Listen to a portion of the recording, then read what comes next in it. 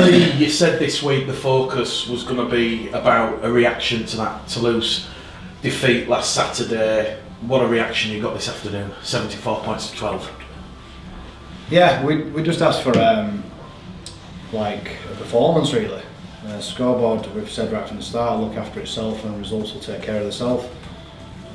We know that we've got quality in the team, so generally if the performance is there, then we know we've got players that can hurt teams. And yeah, we were pretty good today. Keighley obviously going through a funny period in their season or this era that they're bringing in. There's quite a lot of young lads in there we spoke about during the week, as opposed to the sort of bigger names and experience they'd had previously. So what you get with that is a lot of effort, enthusiasm, which they did. They never gave up. What you also get is maybe that inexperience, and when things aren't going against you, if we really wanted to be ruthless and go on with it, we could, and that's exactly what we did. Is that something you spoke about pre-game, about being ruthless, toothless, and taking advantage perhaps of that Keighley experience? Ruthless, toothless, I like that. It's like the opposite ends. No, we didn't speak about putting a score on Keighley at the start of the game. Absolutely not. We don't do that. We spoke about the performance and what would hurt them, what would catch them out. The challenge was, could we do that? And we did generally do it quite early doors in the game, which helped us. It was the first 20 was supposed similar to Halifax game, where we were right on top of them, in charge of sort of the territory and field position. But this time we scored a few more points than what we did against Halifax. So already when Keighley look up at the scoreboard before they know what's happened to them, it looks a bit of a score to claw back. Half time we asked about being a bit more ruthless, not toothless, but we just asked them about being ruthless. And if you get a chance to really put your foot on the throat, then go do it. And that's what we did right from the first whistle in the second half really. At the start of the second half, Lee, I think it was 5 tries and nearly 30 points in 13 minutes. Keighley had not had a play the ball, and effectively the game's over. Yeah, like I say, we've got the quality in there that can catch teams out if they get things slightly wrong. I liked the start of the second half in terms of how we just completed the set. Seguiero kicks out at 9, just goes into touch, and we just nicely set up on their 10-metre line. And then that next defensive set were pretty good, and then we get I think a 6 again or a ball back, and then we score from then on. So the start of it was built around just the basic part of the game that every coach wants to do. And that's what we're building everything around at the moment. Yeah, and apart from last week, it's been working.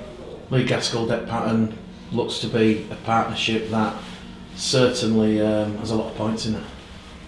Yeah, well, they're smart players, and that's what we've got now. With obviously what we built in pre-season from signings that were incoming or players that were already here before that.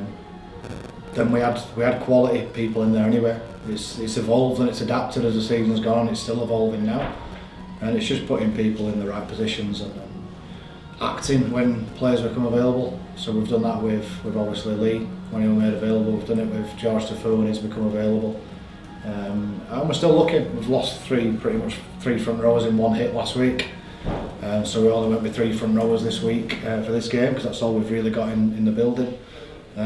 So yeah, there's 1 or 2 probably still to come in, but it's going to be the right person, and ideally on a permanent signing. But we'll see. We spoke a lot about just jostling for positions in this 6. You've seen with other results today how difficult it is just to string wins together no matter who you are playing. So it's just on to the next one now, which is win us away. How pleasing is that second half performance though, because you're ruthless at the start, and then you just kept going, scoring 52 points, never taking your foot off that gas, and at times it appeared that you were literally throwing carefree rugby league football, enjoying yourselves, expressing yourselves. Yeah, well, we do tell the players to enjoy themselves. Just understand what you have to do to start enjoying yourself first. So rather than just thinking about scoring the tries and the play on the end of it that gets you that try, it's what you do before that. Sometimes in some games it takes 60 minutes of that sort of thing before you get the reward. In others, like today, it opens up a bit easier for you. So the quality's there. It's just doing the things before it that opens teams up. So yeah, it were good. Disappointed with conceding the 1, as you always are as a coach, and the players probably will be. But we finished nicely, and obviously the Seaboarding kicking on 1 but 2 goals was fantastic. Obviously an emotional afternoon for Bodine. He'll leave the club and go back to New Zealand after this. Yeah, we had all sorts going on. We had a couple of lads on debut in Connor and George. We had Brad England playing his 100th. We had other people coming back in who hadn't played for a bit, Massey and AJ. And then obviously the other end of the spectrum, you've got Bodine playing his last game, going home. So there were quite a bit to it. But really it was a group sort of effort of, we haven't played well last week, we need to play well this week and the result will take care of itself. And then all the sort of side shows that go around it will be a lot more enjoyable. So yeah, I'm sure people have a few drinks with Bodine before he goes, and really happy for him to kick the goal. I wasn't too keen on the second one actually. We've done it now. He's done. He's kicked his goal, but before I could change it or go mad at it, he'd already kicked it anyway. So fair play. AJ Wallace, you just mentioned, had come in and he showed real hunger and appetite, and he ended up with winning the man of the match. I mean, you could have given it to a number of players, but a real strong performance from AJ. He did, yeah. He's obviously had to bide his time a little bit. He's still young. Obviously, we know what he's doing next year, so that I'm put him in the easiest of places. Been here now, but there's an opportunity to come up there with people been out from last week. We haven't got loads of forwards now, so he's had an opportunity, and I've been speaking to him, and so has Brian, about when you get this one opportunity and when it comes up, you want to take it so that you stay in the team. And I dare say he's done enough there to stay in for next week. And George Tafua as well, a hat-trick on debut. I think he lived up to his nickname, the jukebox, quite aggressive out there, and really took like a duck to water on the wing. Yeah, I mean sometimes with guys like that, you don't need coaching. Obviously with the careers they've had, it's more about just getting them in and making sure they're enjoying and playing their best rugby and feel welcomed, and I think he has done that this week. He certainly seemed to enjoy himself out there. He maybe could have had one or two more before he got his actual first. So yeah, he'll have liked that. Obviously from a debut point of view, you've come in, you've put a couple of decent shots on your opposite, and obviously scored 3 tries. Don't get much better than that. You had a decision to make with full-back. Tom Holmes obviously said on Thursday, still a week or two away, so it was down to either Connor Wynne, George Flanagan Jr. or Billy Jowett. You ended up with Connor Wynne. Yeah, I mean George obviously still young. He's similar to AJ, and we know what he's doing for next year. He can still play academy rugby, so he's still been playing week in, week out. Billy got that injury a couple of weeks back, so although he has been training, it won't be 100%. He'll get through it, sort of thing. And we just thought, look, Connor's been here quite a while now on loan, getting himself back to fitness. He's played a reserve game. It's sort of now or never really to see what he's looking like. So he came in, showed some really good touches, scored. Were it 1, 2 tries? I'm not sure. So that's the next sort of building block for him. There, he's ticked the first team game off. He'll be better for that. Still plenty of work to do regarding fitness, but there's always been a good player in there. I've watched him since he came through, and he's a talented player. So if we can get his fitness up to speed, then it's another good addition for us. You mentioned you're still looking, Lee. I know the Widnes game's a week on Monday, but if the right player's available, can we expect players coming in ahead of that game? He's on that. It is whether players are available or not. There's still loads of movement. It's a bit mad compared to what it used to be like, but there are still people looking at every level, so they're looking to offload. Free money up on their salary cap in certain positions. So we're just keeping his ear to the ground as we have done recently. We picked Lee up, so rather than bringing in someone in on loan and panicking the week or two before that and then not needing Lee, we've waited for the right people to come available, and then we've acted accordingly. Same with George, and we'll do the same now. Like I say, we've lost 3 front rowers in one hit last week, with Fenton going back and being suspended. Josh Johnson's obviously gone to Oldham, and then Balderson's out for the season, so we've lost pretty much 3 in one go. We've got Marcus Green out on loan at Hunslet, so we're keeping an eye on that and seeing how he's developing. But yeah, if the right sort of forward or 2 comes up, and we think they will benefit from getting them in, the better than what we've got in the building already, then we'll act.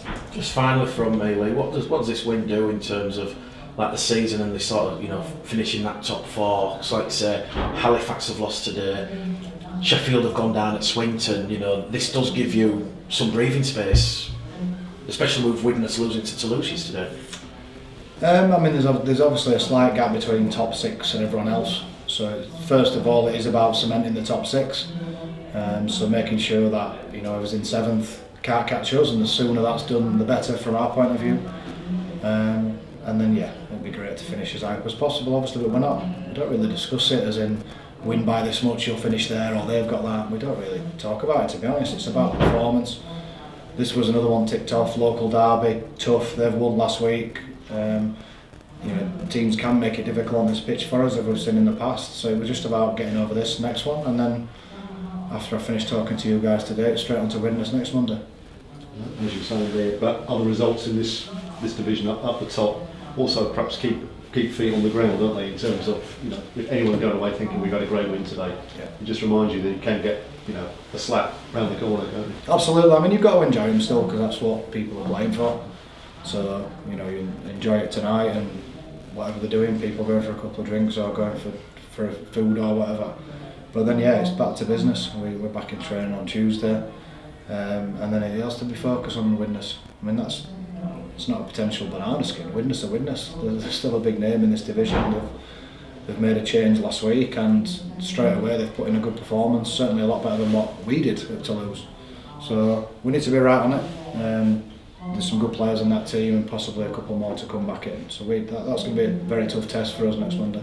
And obviously, you said about George. I mean, you're defending a winger who's that size and that sort of physicality. It's when he's in that sort of mood, he takes some stopping, doesn't he? Yeah, I mean, we've had Ben Blackmore on the other side doing it all season.